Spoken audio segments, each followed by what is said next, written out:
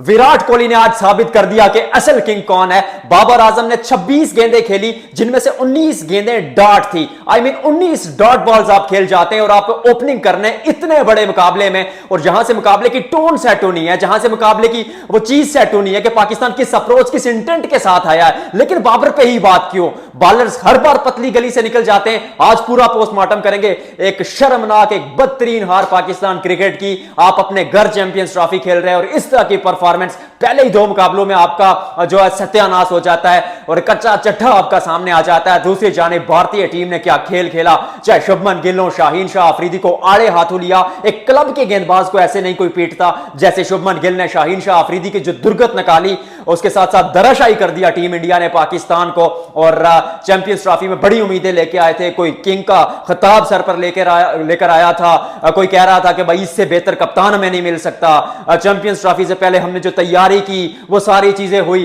कहां गई, उस पर बात करेंगे। असल में सबसे पहले आप टॉस जीतते हैं और आप बल्लेबाजी का फैसला करते हैं, और टीम इंडिया जिसकी ताकत है चेज करना, आप उसको ये न्योता देते हैं कि जाइए चेज कीजिए, और सामने सिर्फ आप 242 रन बनाते हैं। और 242 रन बनाकर आप मॉडर्न मास्टर विराट कोहली को कहते हैं कि भाई हम इसको डिफेंड करने आएंगे। आई मीन ये टीम कर क्या रही है? गली मोहल्ले की टीम है। इसकी सिलेक्शन क्या है? सिलेक्शन किस बेस पर की गई?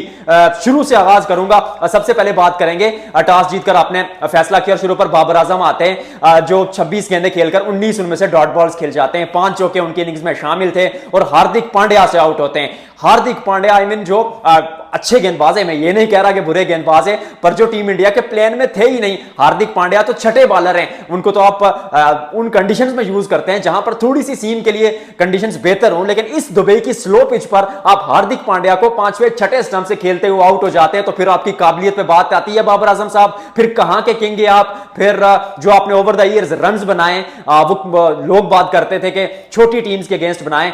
सच कहूं तो जो आपने इंपैक्टफुल रन्स बनाए, अगर 4-5 पारियों को 2019 के वर्ल्ड कप की और सेंचुरियन की इनिंग्स निकाल की दी जाए, तो आपने तो अपने घर बैटिंग कंडीशंस पर रन्स बनाए, और वो भी बैटिंग पिचेस बनवाकर अपने असर और सूख से, क्योंकि एक चेयरमैन था जो आपको कहता था कि बाबर आजम से आगे भी दुनिया है, तो आपने तो उस तरह से पिचेस बनवाकर रन्स बनाए। फिर उसके साथ बाबर आजम साहब की जो इनिंग्स थी जिसमें से टोन सेट होनी थी, ठीक है, आपने शुरू पर ही अपनी टीम को वो ऐसा डिग्रेड किया। वो तो शुक्र करेंगे पहला ओवर 8-9 गेंदों का हो गया जिसमें रन्स आ गए, तो थोड़ा सा हाथ पांव आपके कम फूले। लेकिन जो बड़े मैच में बड़े मंच पर सरपंच बनता है, जो बड़े मंच पर परफॉर्म करता है, बड़े लेवल पर परफॉर्म करता है, उसको किंग का खिताब मिलता है। भारत के खिलाफ आपकी परफॉर्मेंस, आपकी कारकर्दगी, या क्लच मैचेस में या बड़े मैचेस में आपकी कारकर्दगी क्या है? कुछ नहीं कर पाते आप, और आप फैंस को मायूस करते हैं। कई लोगों की आज मेरे से बात हुई, उन्होंने कहा कि हमें तो अब उम्मीद ही नहीं रही पाकिस्तान टीम से, इतना डिसहार्ट हो गए। लगातार 5वां बड़ा इवेंट आप हार जाते हैं। आप 2021 का वर्ल्ड कप अच्छा खेले, उसकी तारीफ की थी, हमने खुलकर की थी, लेकिन उसके बाद आपकी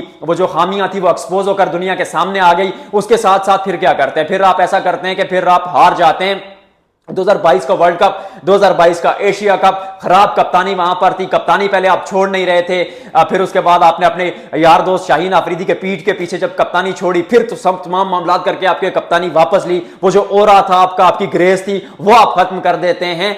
तो सोशल मीडिया पर जितनी मर्जी पीआर करवा लें, जितना मर्जी ट्रेंड चलवा लें, किंग परफॉर्मेंस से आता है जो विराट कोहली ने आज दिखाया। उसके बाद अगर बात की जाए विराट कोहली की, एक्चुअली में थोड़ी बात करना बनता है।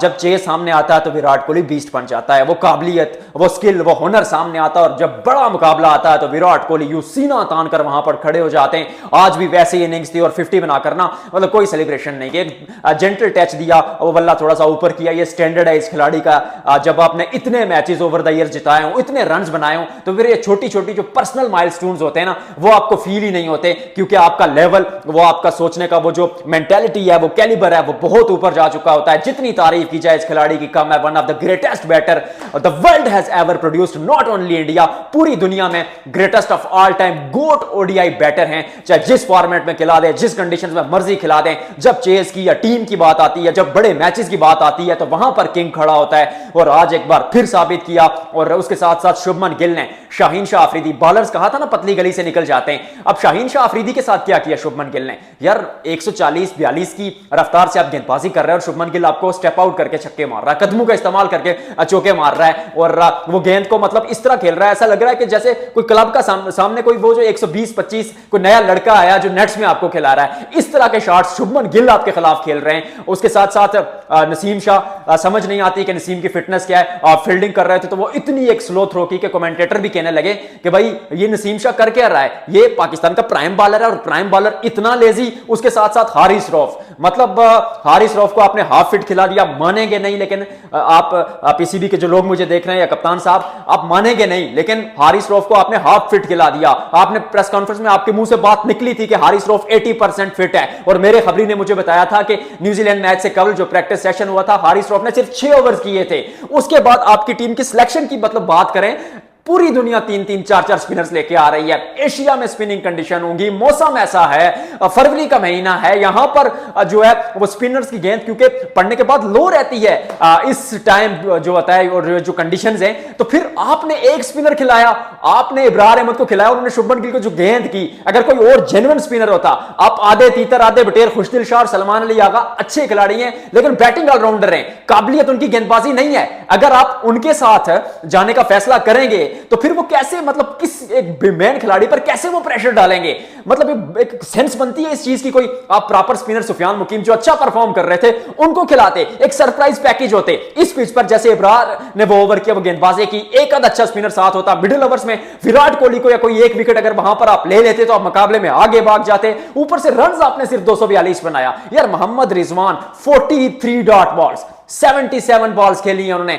43 डॉट बॉल्स खेली हैं। इतना प्रेशर पाकिस्तान ने कुल मिला के 153 डॉट बॉल्स खेली हैं। आई मीन ये मॉडर्न डे क्रिकेट है। इस सोच के साथ, इस अप्रोच के साथ, इस इंटेंट के साथ आप इतने बड़े टूर्नामेंट में आए थे।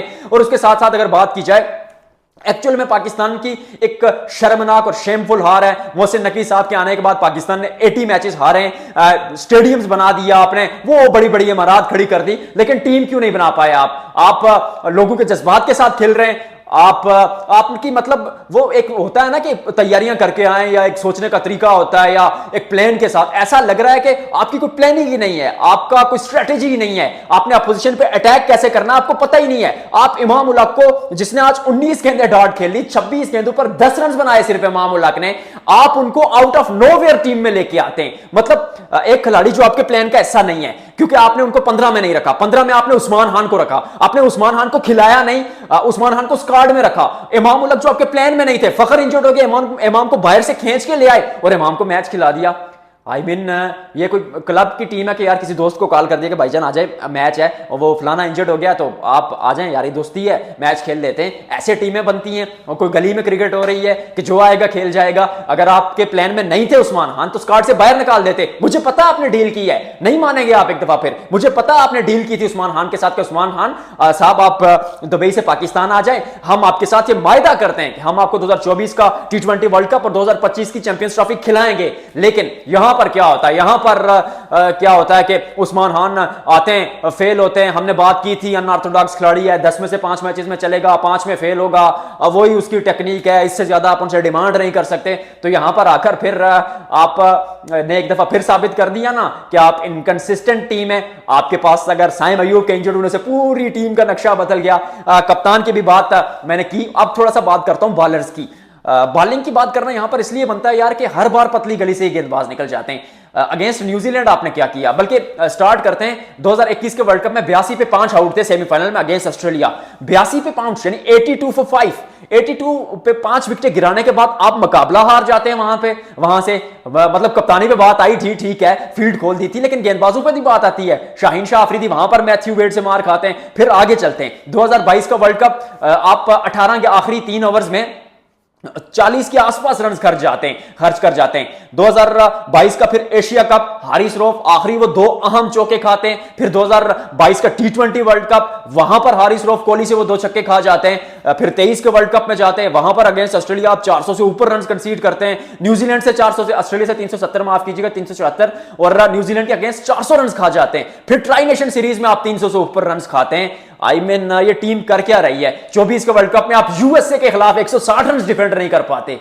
ये टीम है या फिर ये गेंदबाजी है, इसको आप नंबर 1 बॉलिंग कहते हैं? मतलब इस तरह काम चलेगा आपका? और दूसरी चीज, जो एक और चीज यहां पर बात करना जरूरी है, वो टीम इंडिया की बात करना जरूरी है। Utter dominancy, share dominancy team India की जानिब से देखने को मिली। और जिस तरह का रन चेस किया विराट कोहली ने, वो ईगो साइड पे रख दी, अपने आप को वक्त दिया, खेलते गए एक एंड पे अपना काम करते रहे, क्योंकि शुभमन गिल और रोहित शर्मा ने ऊपर तेज खेला। 242 रन सामने था, शुभमन गिल रोहित शर्मा तेज खेले, स्टार्ट दिया। फिर जब मॉडर्न मास्टर विराट कोहली आता है तो वो अपने अवतार में, अपने ओरे के साथ खेलता है और पाकिस्तान को नीस तो नाबूद कर दिया इंडिया ने। पाकिस्तान का चांस क्या है ये अगली वीडियो में आपको बताऊंगा। आप बताइएगा पाकिस्तान से कहां गलती हुई।